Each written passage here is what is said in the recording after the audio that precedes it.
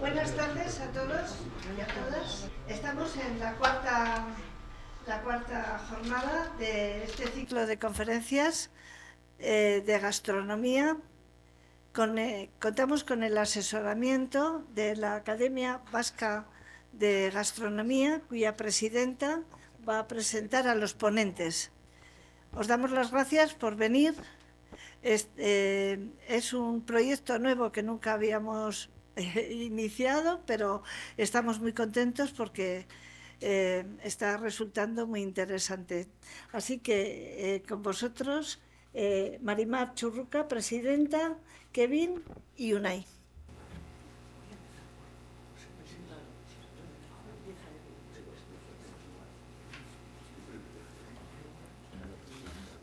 Buenas tardes. Hoy tenemos la suerte de contar aquí con dos punteros y miembros de la industria de la bebida, ¿no?, por así decirlo, pero así es cierto. Está Unai Aguirre, coordinador o director de la denominación de origen de la sidra de Guipúzcoa. Lo he dicho bien, ¿no? País Vasco. O sea, vale, del País Vasco. Muy bien. Es ingeniero técnico agrícola por la Universidad Pública de Navarra en la especialidad de hortifruticultura y jardinería. Aparte del cargo que ocupa ahora, él ha sido gerente muchos años de la Asociación de Sidra Natural de Guipúzcoa. Además de eso, destaca por ser un versolari magnífico. Es muy conocido. Yo no tengo más que decir de ti, que eres un enamorado de lo que haces, del país, de las manzanas, y enseguida vas a explicar lo que hacéis y lo que poco a poco queréis conseguir en el mundo de la sidra. Paso contigo, Kevin. Patricio es americano, mantienes tu nacionalidad americana, pero el amor le trajo a Guipúzcoa. Y él ha ejercido, trabajaba en Estados Unidos en el mundo de la gastronomía, de comida y bebida. Y cuando vino aquí al País Vasco, ha sido jefe de cocina en un conocido restaurante y se dio cuenta de que la cerveza no estaba todavía aquí implantada, la cerveza artesana de diseño, ¿no? Y dijo, pues emprendió junto con unos socios la aventura de hacer una fábrica, que en este momento es seguramente de las fábricas que hay de cerveza artesana independiente, será de las más grandes. Cerveza que ha conseguido muchísimos premios en la feria esta de Poblenou de Barcelona, y bueno, de Poblenou, y luego así como en la Feria Internacional de Cerveza de Barcelona. Te doy. Correcto, sí. Así que adelante, podéis empezar cada uno con. Empiezas tú, Kevin. Vale, muy bien. Perfecto, sí. Sí, soy importación de Estados Unidos. Antes, como ha dicho Mar, yo empecé mi carrera en gastronomía. Era cocinero para 12 años y antes trabajaba en una revista que se llama Food and Wine Magazine en Nueva York. Después de venir aquí hace casi 12 años, y probablemente nunca voy a perder el acento americano, encontré que había algo que no había, y es, tenemos muy buena comida, evidentemente en el País Vasco, muy buena comida, muy buena sidra, muy buen vino, también puedes hacer cócteles muy ricas, pero en nuestro restaurante no podíamos conseguir cerveza muy buena, de alta calidad. Y evidentemente, por el mundo, por Europa en concreto, España es el país cuarto en producción de litros de cerveza. Para un país tan pequeño, al contrario como Alemania, Polonia, así, por consumo de cerveza, elaboramos mucho y exportamos mucho también. Pero para mí faltaba algo, falta la cultura, como raíces de cultura de cervecería, también el sabor. Para mí el sabor es lo más importante. Entonces, Hemos lanzado el proyecto Basqueland Brewing Project, ahora solamente Basqueland Brewing, hace 8 años.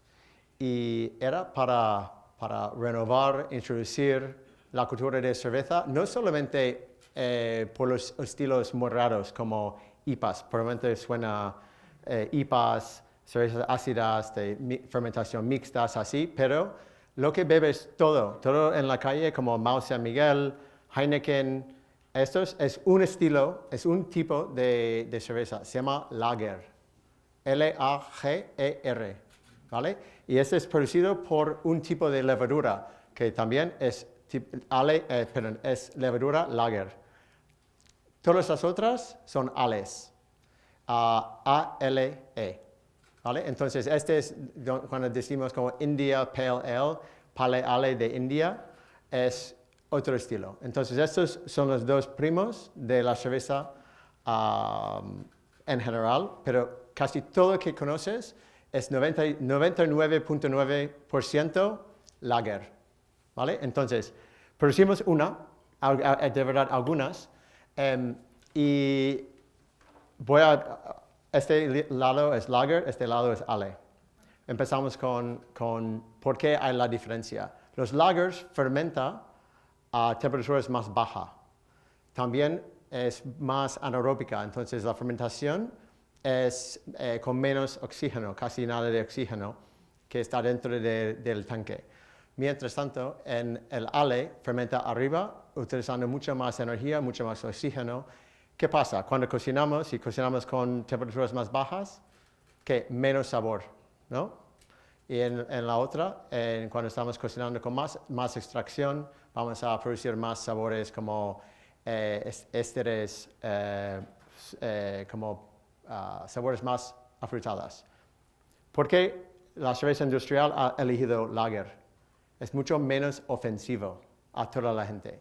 Es más como helado de vainilla, pechuga de pollo, como es muy neutral. Pero ha perdido una cosa en este ejercicio, que la cerveza no sabe bien, tampoco. Como producen ellos, para mí no sabe bien. ¿Quién sabe los 4 ingredientes de cerveza? Agua y lúpulo, qué bien. Estos son los perfecto. Esto estaba establecida en 1516, la ley de puridad en Alemania, pero a este momento solo tenía 3 cosas: agua, cebada y malta, agua, cebada y lúpulo, porque no sabían por qué fermentaron a este momento, porque la levadura entra, pero era como para ellos como mágica, básicamente, hasta cuando 2 siglos después encontramos, podemos isolar la levadura. Pero si coges una lata voy a decir un nombre, de Estrella Damm, en los ingredientes dice maíz, arroz y agua. No dice levadura como nuestro, porque no tiene suficientes cantidades de levadura dentro. Y no dice lúpulo tampoco, y no tiene cebada. Entonces, no sé si puede decir que es cerveza o no. Pero hemos decidido para ir a raíz otra vez y elaborar una cerveza con sabor, que está un lager con sabor, equilibrada para refrescaros. Mientras tanto, en el otro lado, hacer diferentes estilos de ales también que son igualmente fácil de beber, poco más complejos, pero también con poco más matices, más afrutadas. Entonces, te voy a interrumpir. Sí. Es una cerveza que acompaña una comida. Sí, correcto. Perfectamente, cualquier tipo de comida. Sí, todo depende de tu gusto, evidentemente, sí. Pero nuestros primeros clientes, cuando empezábamos hace 7 años, eran, si conoces esos restaurantes en Guipúzcoa, Restaurante Arsac, Martín Berasategui, el Restaurante Elcano, también aquí en Ennecoacha. Era una cerveza hecha para la gastronomía, para maridar con la comida. pienso que cerveza no es la cosa para comer con una degustación de 12 platos porque te llena demasiado, pero es bueno para empezar, bueno para refrescarte a medio o también tomar como un postre. Y hay una cerveza para cada momento del día y para cada diferente tipo de comida. Bueno, ¿vas a pasar el vídeo? Bueno, sí, bueno, voy a explicar un poquito, seguir a... Entonces, no pasa nada, no voy a pensar que vas a entender todo en inglés, pero esta es la fábrica, ¿vale? Entonces, vamos a pasar por los diferentes pasos de producir la cerveza. Entonces, empezamos con malta. Traemos nuestra malta ahora mismo de Inglaterra, porque Simpsons es la calidad más alta que podemos encontrar. También por el proceso de malting, cuando está tosteando la malta, está intentando coger diferentes tipos de colores. Entonces, todos los granos son iguales, aparte de el grado de tiempo en el horno. Vas a tener algunas que son muy ligeritas, algunas que son como tienen aspecto como grano de café. Luego, para hacer la maceración, ponemos en una olla muy grande con agua dependiente en la receta, entre 60 grados y 70 grados Celsius. Luego, metemos ahí para extraer todas la fécula, el azúcar, y a este momento es muy es densa, es dulce, es como una té de malta dulce. Movemos de la olla de maceración a la olla para hervir. Y para hervir porque queremos cambiar el azúcar complejo a azúcar simple, que es más fácil para la fermentación. Y esto, todo evidentemente has visto que es proceso con manos humanas, elaborado haciendo todas las pruebas, las medidas y todo. Mientras tanto, cuando estamos hirviendo, vamos a meter lúpulos. El lúpulo parece como un cono de pino, pero es más verde, más aromática. Luego utilizamos para dar tres cosas a la cerveza. Amargor, aroma y sabor. Luego, después de una cocción que tarda como 60 minutos hasta 90 minutos, transferimos no sé por qué hay los platos, transferimos a los tanques cónicos para fermentar. Esto es cuando metemos la levadura lager o la levadura ale. Y el proceso, como en sidra o como en vino, es básicamente igual. La levadura come el azúcar, produce alcohol, CO2 y evidentemente diferentes matices de sabor también. Este tarda no mucho tiempo, 4 días hasta 7 días. También depende de la viabilidad, la vida de la levadura y después de terminar, tenemos que hacer diferentes tipos diferentes tiempos de reposar, porque cada fermentación produce un tipo de sabor, bueno, defectos, pero estos defectos son naturales. Tiene que dejar reposar para reabsorber algo como, por ejemplo, diacetil, que para mí es un sabor malo, pero puede encontrar en muchas cervezas industriales, porque no quieren esperar, quieren empaquetar y vender. Entonces, este es un otro proceso para mí que es importante para la cerveza artesanal. En el lager como esto, que es un lager estilo Helles Munich, como en Alemania, evidentemente es muy clarita, si puedes ver mi dedo por el otro lado.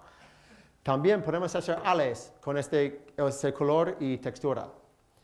Pero también podemos elaborar una cerveza con cebada, avena, trigo, y utilizando un diferente tipo de levadura. Podemos producir una cerveza que es turbia y parece más como zumo. y huele como zumo. Y te prometo que tenemos algunas muestras para vosotros después de la presentación. Entonces, después del tiempo de reposar, luego bajamos la temperatura para sacar la levadura, reutilizar otra vez. Y en el caso de en este no, pero en esto sí, metemos lúpulos frescos en la cerveza cuando ya está hecha. Y este es una cosa muy importante también por el mundo de cerveza artesanal. ¿Por qué?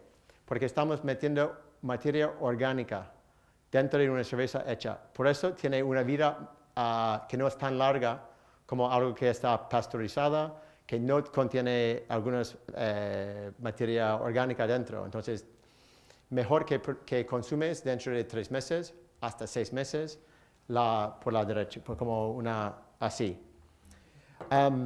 Luego, bueno, este es los procesos de empaquetar. Qué bien. También sí es. Sí, dime. Podemos dejar eso para luego. Le voy a pasar que haga su exposición. Evidentemente. Unai. Sí. Ahora dejo, pero más o menos es la idea. Y yo creo que has dado la idea perfectamente. Sí. Luego te harán unas preguntas seguramente. Perfecto. Para. ¿Quieres tuyo? Ya sé dónde está. Minimizar, ese es el mío. Esta.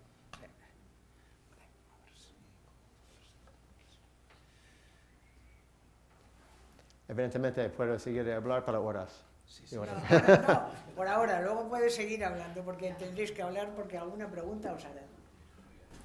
Bueno, gracias. Después de la exposición, mira, el vídeo, podía haber traído un vídeo también, pero como yo he traído una pequeña exposición, me gustaría que me hicierais preguntas, porque yo voy a explicar lo que creo que puede ser interesante, pero bueno, el mundo de la sidra es muy amplio. Bueno, yo soy Unai Aguirre, eskerrik asko, lehenengo eta behin, gonbidatzea a ti, gracias por invitarme a esta conferencia. Y bueno, yo soy el gerente de la denominación de origen de Euskal Sagardoa, que es una denominación de origen que engloba a Gipuzkoa, Vizcaya y Álava. Tenemos 2 bodegas en Álava y tenemos unos 20 manzanales en Álava también, ¿vale? Poco a poco, es un mundo que además hemos traído 2 sidras, me ha llegado también la de Álava. Bai, ¿os lo veto? Sí. Mejor. Bueno, pues, a ver, os explico un poco, bueno, ¿qué sabéis del mundo de la sidra? Por ejemplo, nosotros lo que sí tenemos aquí es mucha historia. La cerveza también tiene historia aquí, pero bueno, una historia más corta. Además, bueno, yo creo que la historia se hace andando también, ¿no? Estamos haciendo la historia, pero la sidra lleva con nosotros miles de años. Y en Álava también. Es verdad que en el sur de Álava se conoce menos, pero en el norte de Álava hay restos de antiguos lagares que eran caseríos lagares. Hay muchas variedades. En la zona norte de Álava están bueno, recuperando antiguas variedades y ya han recuperado más de 100 variedades de manzana que se utilizaban para hacer sidra. Entonces, no me voy a liar mucho en la historia, pero tenemos una historia apasionante.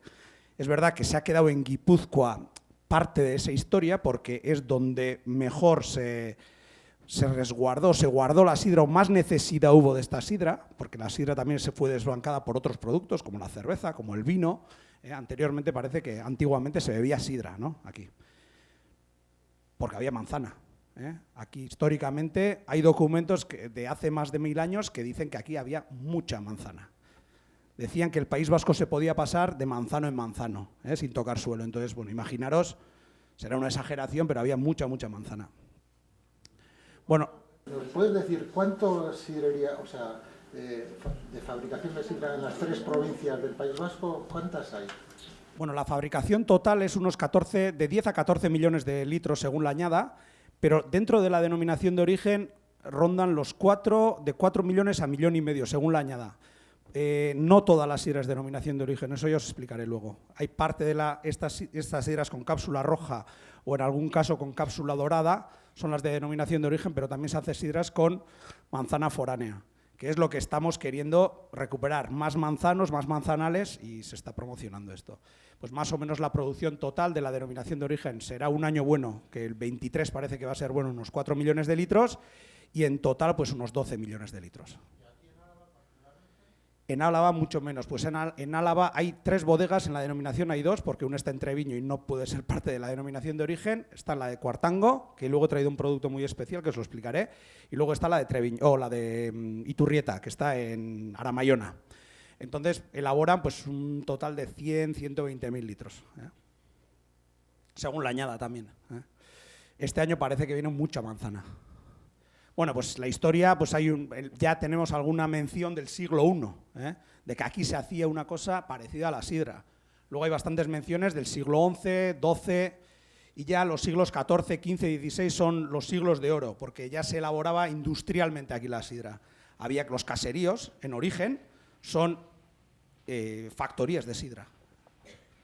Esto se copió a los alemanes, las prensas, no para hacer sidra, pero un tipo de prensa, y los siglos, pues por ejemplo, del XV al XVI, por la mar y por toda la industria relacionada al hierro y demás, pues se elaboraba un montón de sidra. Bueno, no sé si tenéis...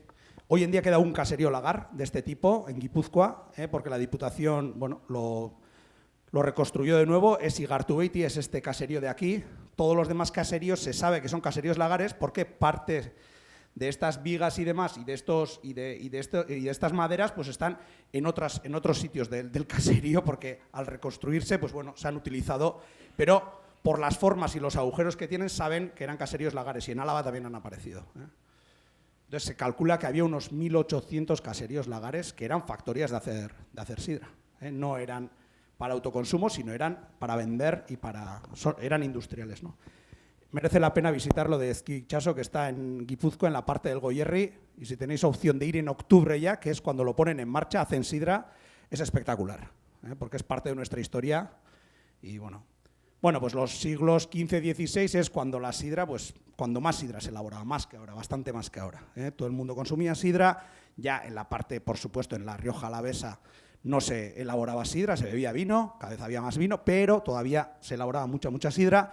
Pero es verdad que con la industrialización y la guerra y la posguerra, pues cayó la producción de sidra, los siglos XVIII, XIX y demás.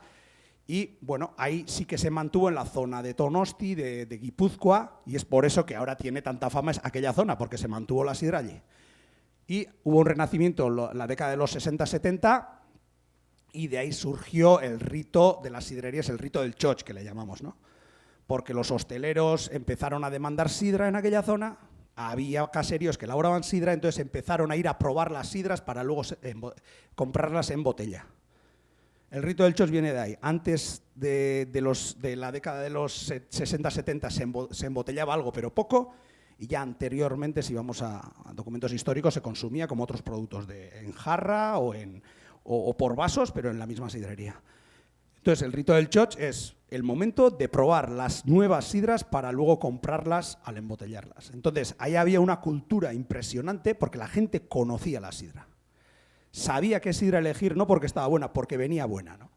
Es una cultura se ha perdido un poco, porque hoy en día yo voy a gente ir a una sidra y decir, esta sidra no está buena. La pruebas y dices, sí, está buenísima, está verde.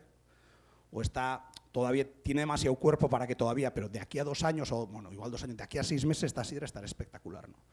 Y es esa cultura que, bueno, hay que recuperarla. Bueno, y luego, siendo un producto milenario, pues es verdad que durante muchos años se ha elaborado aquí sidra con manzana de aquí, pero la manzana de aquí, en esta decadencia de la sidra, se perdió un montón, había manzanales, y el 2010 se salió una sidra con Euskolabel para preservar la manzana local, y ya el 2017 es cuando se creó la denominación de origen, y el fundamento de la denominación de origen es trabajar la manzana local y la calidad del producto. Entonces estamos recuperando variedades. Hoy en día tenemos autorizadas 106 variedades sidreras y bueno, algunas son alavesas, otras son vizcaínas y otras guipuzcoanas. Y luego hay algunas variedades que se utilizan en los 3 territorios. Las 24 principales se utilizan en los 3 territorios. Bueno, ¿qué diferencia tiene la sidra respecto a la cerveza? Principalmente que nosotros utilizamos una fruta fresca. Nosotros no podemos elaborar durante todo el año. Esa ventaja ya la tenéis, ¿no? Estos podéis elaborar vosotros durante todo el año, partiendo de cebada, pero nosotros no. Nosotros tenemos que elaborar cuando tenemos manzana. Normalmente empezamos en septiembre, finales de agosto ahora, ahora madura cada vez antes, la manzana. Y las variedades que tenemos, bueno, podemos empezar más o menos la primera semana de septiembre así y hasta noviembre más o menos, pues recolectamos las manzanas. Según el tipo de manzana, tiene su punto de madurez y se va recolectando y elaborando. Entonces, la primera es la recolección, se hace o desde el árbol, antiguamente se hacía con quisqui, y todavía se elabora o se recolecta algo también con quisqui, desde el suelo, con un palo y un pincho. Pero bueno, poco a poco, pues esta recolección se está haciendo desde el árbol. Bueno, aquí tenemos una machaca antigua, luego se machaca esta manzana, porque no hay prensa que pueda prensar una manzana entera, entonces se machaca la manzana en una machaca, esto tiene unos dientes aquí, que va machacando la manzana. Hoy en día no son de este tipo, pero bueno. Luego tenemos el prensado, bueno, esta es una prensa también antigua, pero bueno, hoy en día tenemos prensas de membrana. Lo que hacen es prensar esta pasta, esta manzana machacada, y extraeríamos el zumo. Y una vez extraído el zumo, se fermenta. En nuestro caso hace 2 fermentaciones. La alcohólica, como ha comentado antes, todo el azúcar se convertirá en alcohol, más o menos la sidra tiene 6 grados de alcohol, puede variar medio grado según la añada. Este año tiene un poquito más que el anterior, tendríamos un grado de 6,6 o así, de media. Y un año yo creo que el que viene, al subir la producción, normalmente baja el grado, llegaremos a los 6, más o menos. Y una segunda fermentación, que es la maloláctica. El ácido málico se convierte en láctico y se suaviza la sidra. Y luego este sería el rito del choch. Ya, bueno, antaño se hacía para probar las sidras antes de ser embotelladas y hoy en día se hace como rito. Hay gente que todavía elige, y no sé si habéis visto en alguna sidrería con unas tizas a apuntar, pues el que compraba las sidras tal, tantas botellas. Bueno, hoy en día hay alguna sidrería que todavía tiene el apunte puesto, pero ya no se compra así. Bueno, y luego está el embotellado y el consumo. Nosotros, aconsejamos consumirlo en copa, pero bueno, hasta ahora se ha consumido en vaso y ahí hemos dejado algunas copas y bueno, podemos degustar las diferentes sidras que luego iré explicando. Bueno, sidras naturales. Hoy en día tenemos una normativa en donde tenemos diferentes tipos de sidra natural. Esta es la nuestra, la normal, la que más elaboramos, la que está dentro de la denominación de origen, es la sidra natural seca, diríamos, sin azúcar. Las 2 fermentaciones. Hemos traído una muestra de una sidrería en concreto, pero bueno, hemos traído esta porque es la última que nos ha llegado al almacén que tenemos para la venta online, la he cogido hoy mismo, pero podía ser de estas 48 bodegas cualquiera. Elaboran sidra natural. Esta es nuestra sidra, diríamos, mayoritaria, pero poco a poco se está diversificando. Entonces también tenemos una sidra natural dulce, tenemos sidras naturales dulces. Esta, por ejemplo, es la Musker, es una sidra, hoy no la he traído porque no podemos traer de todo, pero es una sidra que paramos la fermentación con 3,8 grados de alcohol, entonces tiene menos alcohol y algo más de azúcar. Y bueno, es una sidra, por ejemplo, este tipo de sidras para la gente joven y demás, pues están funcionando. Tú creo que ya la conoces, ¿no? La Musker sí. No. Ah, no, vale. Luego tendríamos las sidras naturales espumosas, cada vez hay más sidras naturales espumosas, que hoy no hemos traído ninguna. Se elaboran, es como un champán o como un cava, con una segunda fermentación en botella y demás. Y luego tenemos sidras naturales de bajo contenido en alcohol. Y sin alcohol también hay alguna. Bueno, y además de esas, tenemos otro tipo de productos, y hoy he traído uno para que veáis todo lo que se está diversificando en la sidra. Estamos en este momento en una revolución de la sidra, no ya en el País Vasco, sino a nivel mundial. Se está elaborando, yo creo que la cerveza ha tenido esa revolución, pero comentaba Kevin que cuando llegó al País Vasco no vio esa revolución y bueno, te pusiste a hacer cerveza. En la sidra pasa lo mismo, al ser una tradición tan arraigada cuesta diversificar, pero en el mundo entero se hacen un montón de tipos de sidra y aquí ya está llegando esa revolución. Entonces, tenemos sidras espumosas, tenemos sidras, hemos dicho, de baja graduación alcohólica, dulces. Tenemos sidras de hielo y tenemos sidras de fuego. Entonces, he traído una sidra natural, luego la podréis degustar, y podremos degustar también una sidra de fuego. Esto se hace en Álava, ¿vale? Por eso la he traído. Esta la hace la sidrería Cuartango, ¿vale? En esta botella. Y lo que se hace es, hay que concentrar este zumo para que sea un producto de más grado alcohólico y más dulce. Entonces, lo que se hace es hervir el producto a una temperatura muy baja. Con esto le quitamos parte del agua y lo fermentamos. Entonces surge un producto muy, muy interesante, pero es muy diferente a la sidra que habéis probado, ¿vale? Se puede parecer algo a un vino dulce, pero tiene ese punto a caramelo.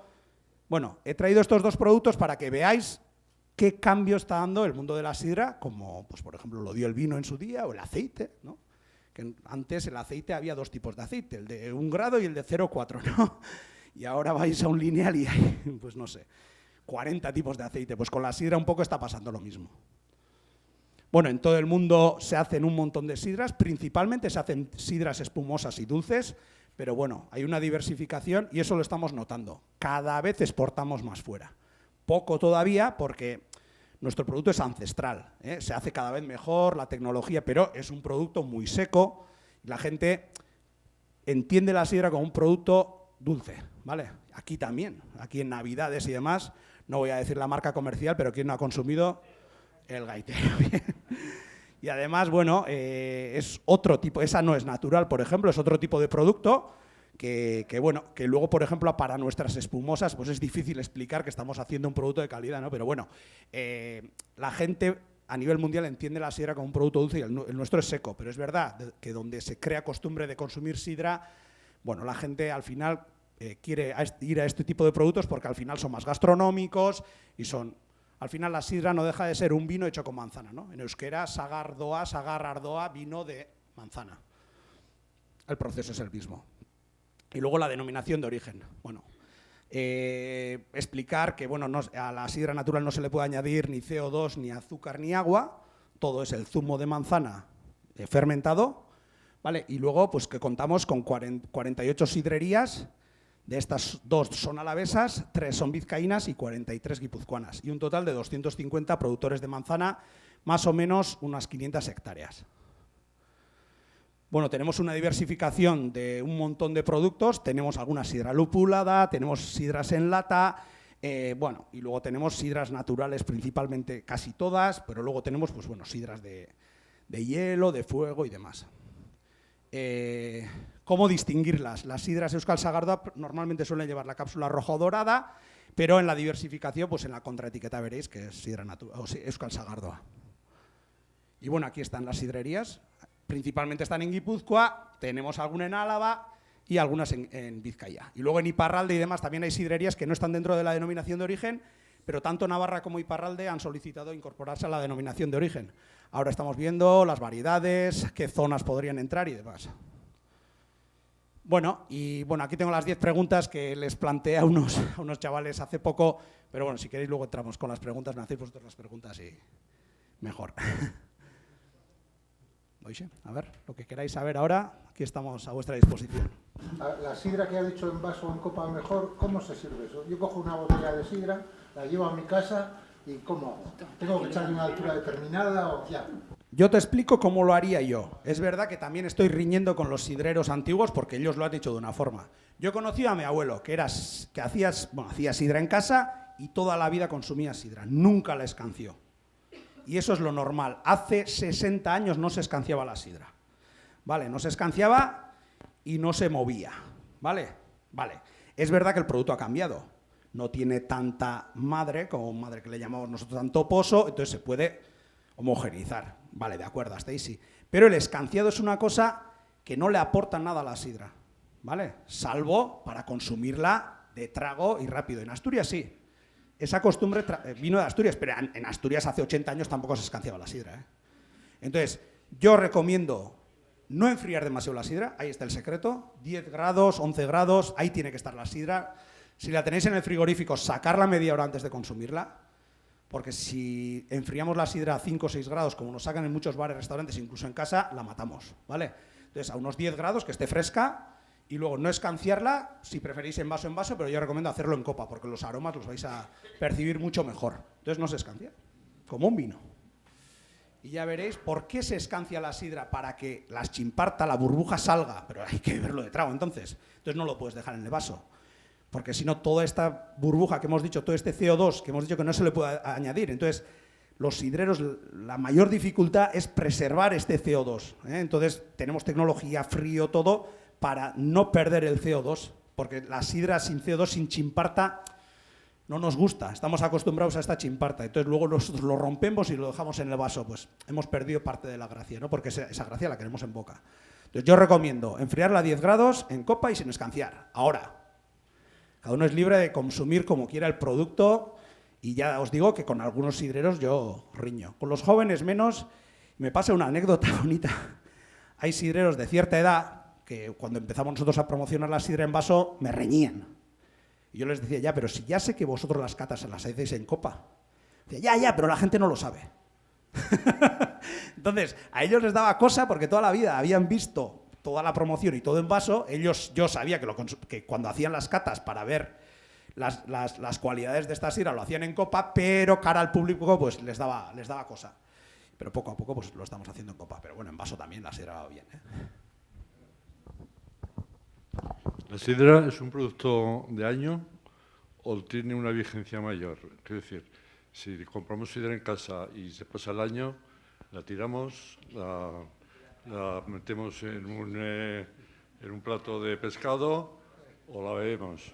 Mira, la sidra es como un vino. Según el tipo de sidra nos va a durar más o menos. Es verdad que hoy en día mucha cantidad de la sidra que se elabora para el año. Hace cosa de 60 años se elaboraba para 2 años, porque la manzana produce cada 2 años. Todos los años produce algo, pero cada 2 años, si no intervenimos en la manzana, que ahora es lo que estamos haciendo mecánicamente, que le queremos quitar parte de la producción para que produzca todos los años, produce cada 2 años. Entonces, antes se hacía para 2 años. ¿Qué diferencia había? Que se utilizaban manzanas más amargas, con más tanino, y ahora se utilizan manzanas más ácidas. Pero en realidad se pueden hacer sidras de guarda, sidras de crianza, de hecho se están haciendo. Normalmente la sidra que tendréis en casa, pues al año estará bien. Normalmente año y medio, 2 años una sidra no tiene por qué fallar. Y ya la sidra si está diseñada para que aguantará 5 o 6 años. Ahora, muchas veces, si tenemos una sidra ligera que está diseñada para consumir al año, la tenemos en casa a 20 grados o a 15 grados, que no la tenemos en el sótano, pues al año igual tendrá ese punto de vinagre que igual es excesivo. No os va a pasar nada, pero bueno, puede estar su punto. Ahora, si la sidra tiene algo de cuerpo, os aguantará perfectamente 2 años. Pues cuando vamos a una sidrería, pones el vaso así y saca la espuma, o sea que no es de echar despatico. Claro, pero antes he comentado que nos hemos olvidado de lo que es el choch. Nos hemos olvidado, creemos que es el momento de consumir la sidra y no es el momento de consumir la sidra, es el momento de probar las sidras nuevas. Entonces el choch es diferente, nos hemos olvidado. Ahora cuando vamos a una sidrería ya estamos consumiendo, pero la gente antaño iba a la sidrería a probar las sidras que iba a comprar en botella. Y eso es lo mismo, lo único que el sidrero ya no vende ahí la sidra. Vale, ahí os da a degustar, pero se nos ha olvidado eso. Entonces creemos que tiene que estar terminado el producto. Y muchas veces la gente dice, a mí me gusta esa cupela. Luego se embotella y de ahí a 6 meses está muy diferente esa cupela porque ha evolucionado. Si no es la misma, sí es la misma, pero tú has comprado has probado una sidra muy ligera, se está haciendo. Entonces cuando el producto se está haciendo y cuando todavía está en proceso, es normal que se rompa y se beba de trago. Pero una vez que lo tenemos en botella y ha terminado, no tiene mucho sentido hacerlo, ¿vale? Son 2 cosas. Por eso les digo a los sidreros siempre que tienen que recordar lo que es el choch y explicarlo. Pero bueno, como antes todo el mundo sabía. A mí me decía una sidrera que tiene bastantes años, me decía, es que antes los que venían nos explicaban. Y nosotros nos hemos acostumbrado a estar callados. Pero es que ahora tenemos que explicar y nunca lo hemos hecho. Entonces nos cuesta, o tienen que explicar a la gente, porque la gente ya no sabe como antes. Porque creo que le has contestado de alguna manera. Cuando has dicho que no es lo mismo beber la sidra en copa que en vaso. A mí me pasa con la cerveza. Me gusta mucho más en copa que en vaso. Entonces la pregunta es ¿por qué? Bueno, yo creo que la respuesta, a mí la sidra me gusta y en lata también suelo tener sidra y lupulada y la bebo a morro y yo lo consumo en vaso y de todo. Yo estoy diciendo cómo sería lo ideal. Yo creo que pasa lo mismo con la cerveza. A mí me gusta también en copa, pero bueno, Kevin, me imagino que pasará lo mismo. Bueno, normalmente si tomas en copa, la calidad de la copa es mejor calidad de cristal que en un vaso de bar que ha regalado una compañía. Entonces es menos poroso, menos defectos, va a producir menos burbujas dentro de la copa. También normalmente son más finas y si no vas a enfriar el vaso antes, va a aguantar el frío de la cerveza. Si pones una cerveza en un vaso gorda, en vaso gordo de temperatura ambiente, va a calentar la cerveza también, en mi opinión. Totalmente de acuerdo, ¿eh? Uno de los aspectos que no lo he explicado también era que salvo en la zona de Hernani, Astigarraga, Donosti, los establecimientos no tenían vasos de sidra adecuados. Tenían... Sí, eso con todos los productos, ¿eh? Sí. Y yo creo que las copas son de más calidad en los bares que los vasos normalmente. Estoy totalmente de acuerdo. Compras una botella y te dura obviamente 2 días, pierde calidad. Bueno, a ver, 2 días, igual, si la cierras, 2 días te puede aguantar, 4 no, ¿vale? Hay algunas que van a rosca, por ejemplo, tiene una botella de rosca Zafía y Mereciartúa, estas aguantan un poco más fácil porque al final el cierre es mejor.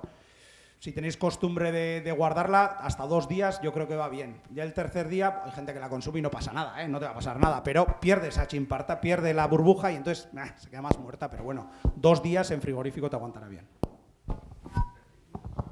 ¿Es apetecible de Cuartango? ¿Cómo vamos a tomarla? ¿Cuándo? ¿En qué momento? Bueno, esto es una sidra muy especial, ¿vale? Y incluso el precio también, ahora no sé a cuánto está, pero es otro tipo de producto. Para hacer este tipo de producto necesitan muchos litros de sidra normal, ¿eh?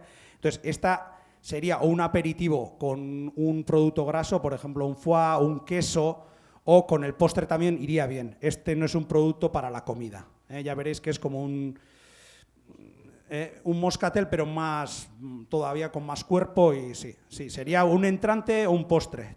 Un entrante. Pues en particular está 10%. Sí, 10, tiene 10. Para una sidra es mucho. Claro, para un vino no es tanto, pero es verdad que veréis que tiene mucho cuerpo. Y justo se hacen también sidras de hielo que son muy parecidas, pero tienen otro aspecto, es más frescura.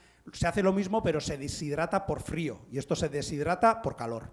Entonces este tiene pues otros aspectos, caramelo y estas cosas. Ya veréis luego. Y eso que has comentado de la de Cuartango, que tiene que hervir a fuego lento. ¿Puedes explicar un poquito eso? Hervir a fuego lento. Este es el producto, ¿vale? Hoy no está Beni aquí, le dije que viniera si quería, pero estaba a tope y pues no sé si lo conocéis. Benito Peciña, sí. Bueno, hace este producto. Este producto parte de una sidra. Esta sidra, bueno, no, parte de un zumo. Ese zumo hay que deshidratarle, que tenemos que quitar parte del agua para tener un zumo más concentrado en azúcares.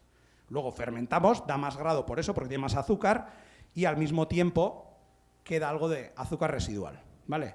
¿Cómo se puede deshidratar este producto? Por un lado, lo podríamos congelar. El origen de la sidra de hielo son las manzanas congeladas. Aquí, como no llegan a helarse, hay que congelar el zumo, le quitamos parte del hielo, que es agua, entonces queda un zumo muy concentrado. O lo podemos evaporar el agua. Si ponemos el zumo a hervir poco a poco, evaporamos este agua y tenemos un zumo más concentrado con más azúcar. Y luego lo fermentamos. Y es este el producto resultante. Sí, hola, yo también preguntaba a los dos si tiene algún tipo de relación el material y la cantidad de conservación, que, bueno, como vemos el packaging actualmente, con el contenido. Porque parece como que la cerveza siempre se presenta en metal, ¿no? Tanto la que se distribuye en bares, ¿no? En esos grandes contenedores, pero son metálicos, ¿no? Y luego, en general, son en latas, ¿no? Y la sidra más en cristal, ¿no? Parece. Bueno, empaquetamos nosotros en botella, en barril de acero y también en lata. Probablemente yo prefiero tomar la cerveza directamente de un barril de inox, que está fresca, bien cuidada y por un grifo, que es muy importante, limpio. Y no por fuera, por dentro, ¿vale? Es muy importante. Luego, hoy en día vendimos mucho más de cristal en España, porque no han aceptado todavía mucho en lata. Pero la lata es mejor. ¿Por qué?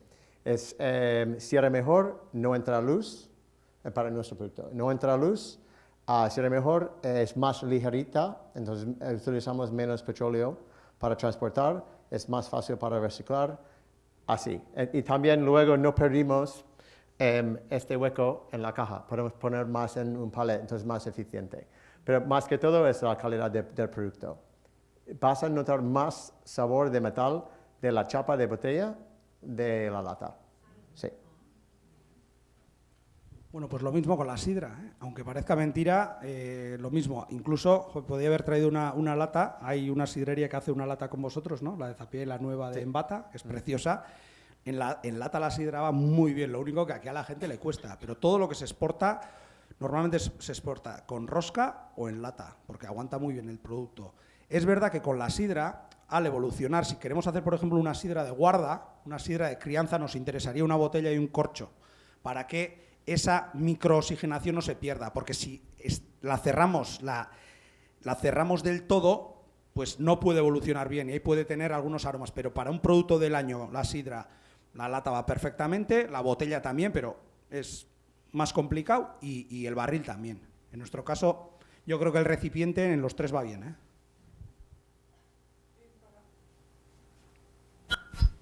Perdón, para cerveza. Para las grandes cervecerías alemanas y austriacas le dan una importancia esencial a la calidad del agua. ¿Cuál es la razón? Bueno, no, yo pienso que estoy bien, ¿no? Bueno, algo evidentemente es la gran mayoría de la cerveza, primero. También nosotros, por ejemplo, cuando elaboramos esta cerveza que es un Helles estilo Múnich, añadimos algunas sales y minerales para emitir el agua de ahí.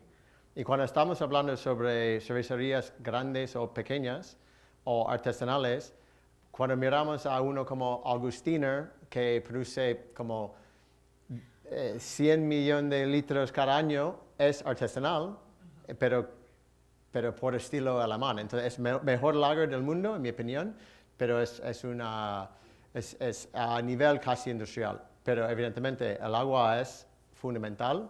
Nuestro viene de Añorbe y es muy bueno porque no es tan suave, pero tampoco no es dura con mucho mineral. Entonces es muy manejable para nosotros. ¿Te contesto? ¿Sí?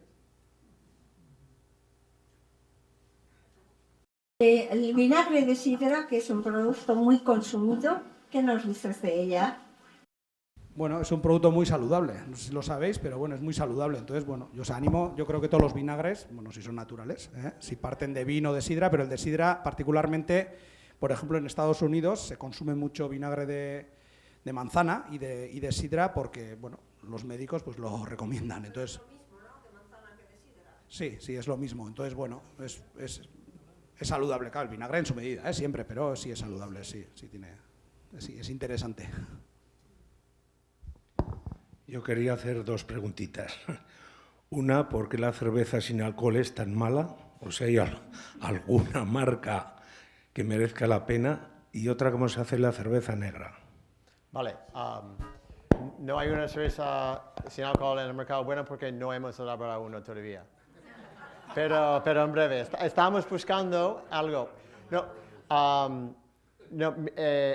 Porque el proceso es elaborar una cerveza que es mala para empezar y luego hirve para evaporar el alcohol y luego empácate y te sirve, ¿vale? Luego hay otras que son muy buenas. Después te doy algunas marcas que puedes conseguir, pero artesanales sí son buenas. Algunas de Alemania también me gusta bastante. La otra, la cerveza negra, depende en Inglaterra también, sí, seguro. Y Noruega, hay algunas. Es que los sin alcohol aquí que he probado son muy dulces y no me llama tanto. Pero sabes que aquí en España es el mercado más grande de consumición de sin alcohol. Entonces es muy importante para nosotros. Luego, para elaborar una cerveza negra.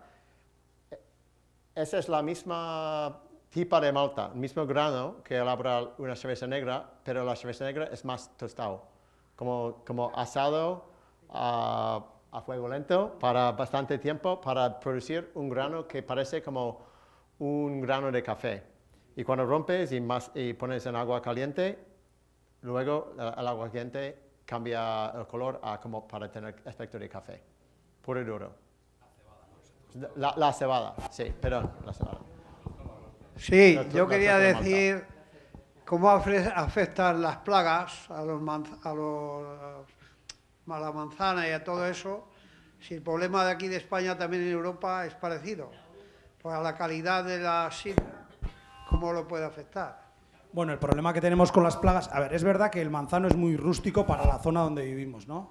La zona norte de Álava, Vizcaya y Guipúzcoa por eso tenemos tanto manzano, hemos tenido tanto manzano. Pero es verdad que las plagas, pues por ejemplo, hasta ahora es verdad que la manzana de sidra se trata muy poco porque tiene muy pocas plagas, porque el aspecto de la manzana no nos importa tanto. Si la manzana está sana, no nos importa para hacer sidra. Es verdad que el gusano, la Carpocapsa, el gusano de la manzana, es uno de los temas que nos gusta a poder ser evitarlo, y ahora tenemos algunos otros problemas como el gorgojo de flor, y siempre hay plagas que bueno, vienen y hay que controlarlas, pero bueno, el manzano no es tan problemático aquí, no tiene tantos tratamientos. El de mesa sí, el que hace manzana de mesa, hágase en ecológico que en convencional, pues bueno, como el aspecto de la manzana es tan importante, pues se trata más. En manzana de sidra tenemos aspectos que nos pueden hacer bajar la producción, es donde cuando se trata, o cuando puede bajar la calidad. Si tenemos gusanos, por ejemplo, pues se comen también lo que sería la parte de las semillas, y eso no nos interesa, pero lo demás, con pocos tratamientos, aquí se puede sacar manzana. El problema que tenemos con la manzana es la becería, que produce un año y el que viene no nos produce tanto. Entonces ahí sí que estamos dándole para producir todos los años. Para eso tenemos que quitarle parte de la producción cuando viene una cosecha grande, ¿no? Este año, por ejemplo, estamos haciendo pruebas. Ese es el mayor problema que tenemos nosotros. Entonces, ¿qué hacéis? ¿Quitar la flor de la manzana? Sí, hay que quitarle la flor, o si no hay que quitarle la manzana, pero cuando sea algo más pequeña que una avellana, si no, no vale. Al final son hormonas las que controlan la floración, ¿no? Entonces, el árbol, esto es ya muy pero el árbol segrega esa hormona cuando la manzana es del tamaño de una avellana, más o menos. Entonces, si le quitamos parte de la producción cuando es más pequeño, no segrega esa hormona, entonces el árbol entiende que el año que viene tiene que producir flor, y ya las yemas van a flor. O si no, la flor. Se puede también quemar parte o quitar parte de la flor, mecánicamente quitar parte de la flor. Lo único que, para el que no está acostumbrado, da mucho miedo porque, el año pasado no he tenido, este año que voy a tener, le voy a quitar yo flor. Pues bueno, se están haciendo pruebas, pero no nos queda otra. Si queremos, todo el mundo se hace. Y aquí, bueno, se están haciendo pruebas. Has hablado antes de pasada de la ecología. ¿Se produce sidra ecológica y en qué proporción? ¿O todavía no es un tema que en la sidra está desarrollado? Pues te diría que prácticamente ya habremos llegado al 50% de los manzanares ya en ecológico aquí, ¿vale? En Guipúzcoa, en Vizcaya y en Álava también. La sidra todavía, hay sidras ecológicas cada vez más, pero parte de la sidra, aun siendo ecológica, no sale como ecológica porque no tiene tanto mercado.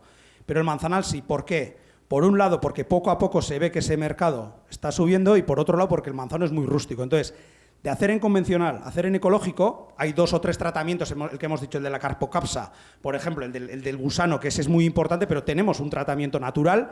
Entonces, con eso y con el abonado natural que le podemos dar, en vez de hacer abonado químico, podemos conseguir producciones, aunque baja un poco la producción, les compensa a los sidreros. Entonces, y a los manzaneros, cada vez más, habremos llegado a un 50%. Yo calculo que llegaremos pronto a un 80%, porque el manzano es muy rústico. Es la ventaja que tenemos. Aquí el manzano aguanta bien. Parece muy apropiado, ¿no? El manzano parece que sea ecológico, ¿no? Sí, aquí no es tan complicado hacer manzana en ecológico. Siempre baja la producción, las cosas como son, pero bueno, no baja tanto, entonces les compensa. Siempre se paga más esa manzana, y poco a poco pues ya tendremos en el mercado, igual tenemos 20 sidras ecológicas, de 80 que estamos haciendo, y de esas 80 de las que no ponen en ecológico, otras 20, igual la mitad se podría ya calificar como ecológico. Hago un comentario. Pienso que ahora mismo es el momento, la época de oro para bebidas, para sidra, para cervezas, también para vino, que hay muchos enólogos como novedosos que están intentando hacer cosas muy interesantes y fuera de la denominación de origen. Entonces es, para mí, muy interesante. Ya se podemos decir que la sidra es muchísimo mejor que la asturiana. ¿Cuál es la diferencia? No es mejor que la asturiana, ni mucho menos. Son productos diferentes. Son sidras naturales, las dos son sidras naturales, pero el consumo normalmente es diferente. En Asturias, aunque se consume con comida, normalmente se consume en ayunas o en poteo. La gente consume en la calle, entonces diseñan una sidra más ligera para consumirla más fácilmente, y normalmente aquí las sidras son más gastronómicas, tienen más cuerpo y se diseñan para que en las comidas nos pueda ayudar, ¿no? La principal diferencia es esa, pero las dos son sidras naturales y las dos tienen manzanas parecidas. Las asturianas son unas variedades, las nuestras son otras, pero son amargas y ácidas principalmente. Ellos consiguen una sidra más ligera, nosotros una sidra de más cuerpo. Esa es la diferencia principal. Pero bueno, son diferentes. Yo no creo que una sea mejor que otra, ¿eh? Sí, el tipo de consumo. Ahora también es verdad que el tipo de consumo se está igualando y las sidras, pues bueno, pronto seguramente veremos sidras asturianas que se parecerán a las vascas y sidras vascas que se parecerán a las asturianas. Pero bueno, por ahora la diferencia principal es que las sidras asturianas en general son más ligeras y las sidras vascas son de más cuerpo. La pérdida de la filosera exactamente en el vino. En la plaga esa de la filosera perjudica mucho al vino. A ver, plagas, nosotros tenemos una plaga que bueno, es verdad que hace muchos años no la tuvimos y luego entró, que es el fuego bacteriano en manzano. Hay plagas que si te despistas te pueden barrer, pero bueno, como la filosera o como, bueno, hay muchas plagas, ¿eh? Hay muchas plagas. La cebada también tendrá las suyas, pero bueno, como viene ya esto, pues bueno, también... Sí. El grano también está subiendo de precio, eso también lo habréis notado, ¿no? Bueno, sí, ahora por la guerra, Ucrania produce mucho cebada y trigo también, entonces nuestros precios han subido el 50%. Nosotros en la sidra el coste medio en 2 años ha subido un 25%, tal cual. O sea, 25% el coste medio. Luego los precios, cada sidrería pone sus precios, pero bueno, vosotros todavía más. Sí. Claro, si partes de una materia prima que encarece el producto, en nuestro caso la manzana ha subido, pero lo que más ha subido es la luz y la botella, y pues que han subido una barbaridad. Bueno, ya ves, cuando vais al supermercado ya ves cómo ha subido todo, ¿no? O en la factura de la luz, pues lo mismo. Sí, pero sorprendentemente nuestra cosa más costosa es lúpulo. Utilizamos mucho lúpulo. Había alguien haciendo un estudio y pensaba que he puesto la coma equivocado en el sitio. No. Utilizamos tanto lúpulo porque esta tiene como menos que 1 gramo por litro, pero esta contiene como 23 gramos por litro. Entonces utilizamos, luego cuando huele como zumo de fruta. Y es por efecto del lúpulo. Cada lúpulo tiene un diferente sabor, como diferentes uvas crecido en diferentes zonas. Aquí antaño se hacía mucho lúpulo, en Guipúzcoa por lo menos sí, no sé si eso se ha recuperado. Yo sé que antes se hacía lúpulo, yo soy de Hernani, en Hernani se hacía lúpulo, pero en muchos municipios se hacía mucho lúpulo. Pues el sector de cerveza artesana, especialmente aquí en País Vasco, es muy importante. Por porcentaje, para cada 100 cervezas vendidas en España, una es artesanal. Una. Pero por el capital de España, por cápita, donde puedes beber más cerveza artesanal en la calle es en San Sebastián. Por cápita. Porque si vas a Cataluña o Barcelona, hay más bares, pero es una ciudad de millones. Sí. Ahí, ciudad de menos de 200 personas, y en Gros no puedes, es un dicho inglés, no puedes tirar un gato muerto sin pegar un bar con cerveza artesana. Hay una buena ruta ahí si quieres. En concreto en Álava hay alguna zona que se está empezando a cultivar lúpulo. Vosotros fundamentalmente no traéis el lúpulo de Alemania. Traemos de por lo menos 5 países. Incluso estamos trabajando con algunos